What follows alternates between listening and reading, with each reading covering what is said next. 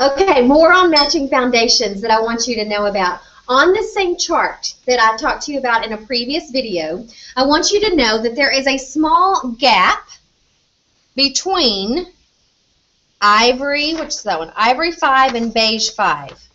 Ivory 5 and beige 5. This is in the olive category. So that's for the lady that says, I suntan only. I never ever burn. She's more olive skin. But there's a big gap right here. So if you put ivory 5 on someone and it's too light, and then you go up to beige, I'm sorry, and then you go up to beige 5 and that's too dark, you get confused. So you start coming over here to the yellow category, and that may not work at all either. So simply mixing a couple will fill in this gap. And the two you want to mix are beige 1 over here in the yellow category and beige 5 in the olive category. When those two are mixed in equal parts, you're going to get an individual color right there that we maybe should call ivory 8. And so that would be your color. So remember that.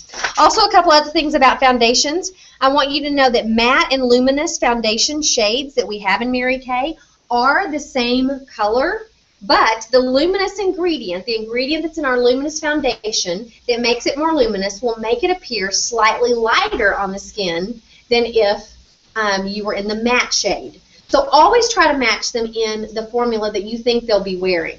But if for some reason you're matching them in one formula and you end up putting them in another and it doesn't look right, think that to yourself. The luminous will appear slightly lighter on the skin than the matte will.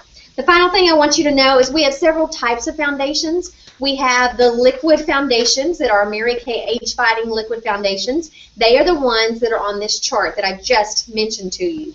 But we also have mineral powdered foundations. Mineral powdered foundations, there's also a chart on robertjonesbeauty.com that has a wonderful chart that kind of gives you equivalents. If she's in this liquid foundation, what would the equivalent be in mineral powdered foundation? That foundation is for the younger woman that likes something more sheer, quick, and likes something that maybe doesn't have a ton of coverage. You also can use mineral foundation on top of liquid foundation to give it more coverage and to help set it. Finally, we also have what's called cream to powder foundation. Cream to powder foundation is our longest wearing foundation. It will stay on very long throughout the day. It's great for oily skins, and it's a very buildable coverage. So you can get more coverage with that if you have a client that desires more coverage.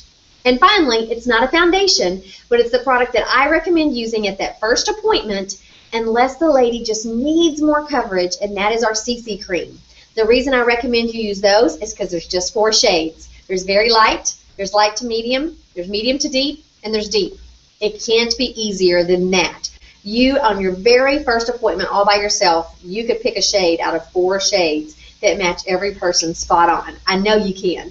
And so the CC creams are great. They are a lighter weight coverage. It's kind of like a tinted moisturizer except better.